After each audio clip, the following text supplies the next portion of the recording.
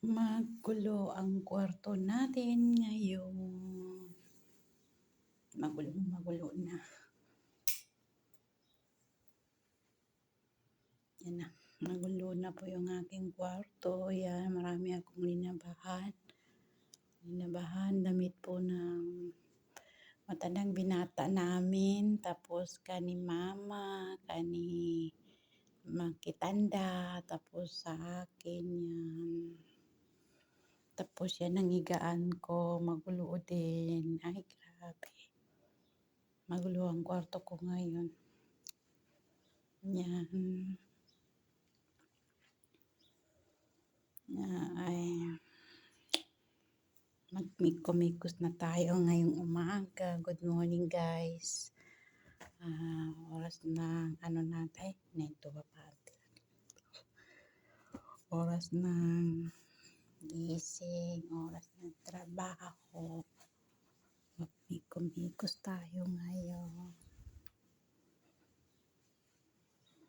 Ayan, meron naman ako dito katre, pero hindi ko po ginagamit. Kaya ko kasi yung, hindi ako sanay sa kotse.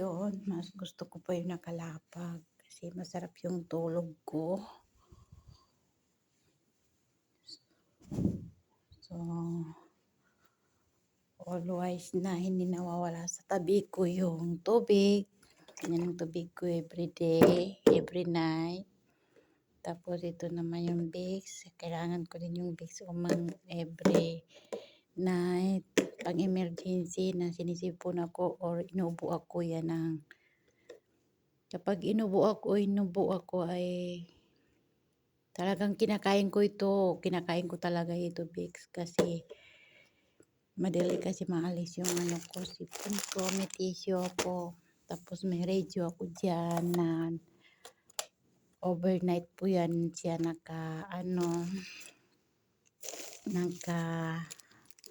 bangagi sa Quran. Tapos yan. Ito naman po yung aking mga gamit, mga lotion. Yan. Meron ako din Nivea. Tapos yan na akong gamit. Wala na akong gamit na mga dyan. Hindi naman kailangan, di ba? Hindi naman kailangan yung masyadong ang bilis ng panahon. So, mikomikos. Yan.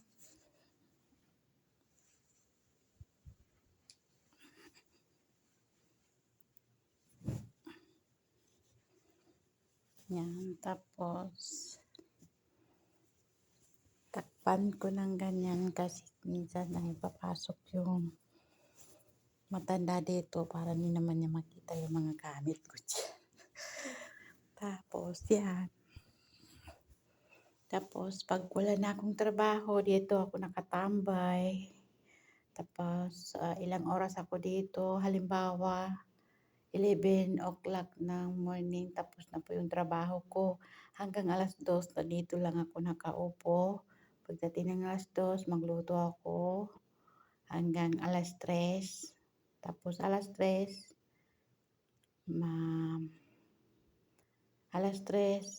maghintay naman ako ng isang oras sa kakain na po sila ng tanghalian. Saka naman ako doon pumunta sa kusina. Alas 4 kasi ang nila, tanghalian nila dito. Pang lunch. Dito ako nakatambay. Dito ako nakaupo. Dito rin ako nag-exercise kasi hindi naman pwede na nakaupo lang ako dito. Kailangan meron din akong konting exercise dito sa kwarto. Dito ako nag-exercise kasi hindi naman, yan yung pintuan ko palabas. Tapos dito ako nag-exercise ito naman yung CR ko. Yan naman yung damit ko. Wala akong cabinet. Diyan ko ni-hanger yung mga damit ko. Tapos dito ako nag-exercise sa tapat ng pintuan ng CR para hindi ako masyado kasi minsan lumalabas yung mata ng binata ay para hindi ako makita, hindi niya ako makita nag-exercise ako dito. Dito ako nag-exercise, bali 1 oras ako mag-exercise. 1 oras ako nag-exercise dito. Kaya sabi ng amo ko, "Anong nangyari sa'yo? May sakit ka ba? Kasi sobrang payat mo na ngayon. Yung dating katawan mo nung dumating ka," sabi niya kahapon sa akin, "Nung dumating ka dito sa amin, grabe yung katawan mo, sobrang ganda. Tapos ngayon bakit biglang bumagsak yung katawan mo? Anong ginawa mo?" Sabi ko, "Wala naman." Yun.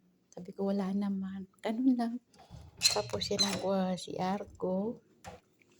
Yan ang CR ko. May birthday ako dito kasi kung minsan naglalaba ako ng mga mananipis na mga gamit ko, linabahan ko. Tapos yan, meron akong labahan dyan 2. Yan, tapos yan, sabon. Nandun yung shampoo ko. Yan lang. Diba? Tapos sa ngayon ay magulo po yung kwarto ko dahil marami akong linabahan. 1 buwan po yan. 1 buwan na labahan. Pero yung mga damit ko hindi po yan 1 buwan kasi 2 days ay kaya tuwing nagliligo ako, linabahan ko na yung mga damit ko sa na maglalaba lang ako sa gamit ang washing machine.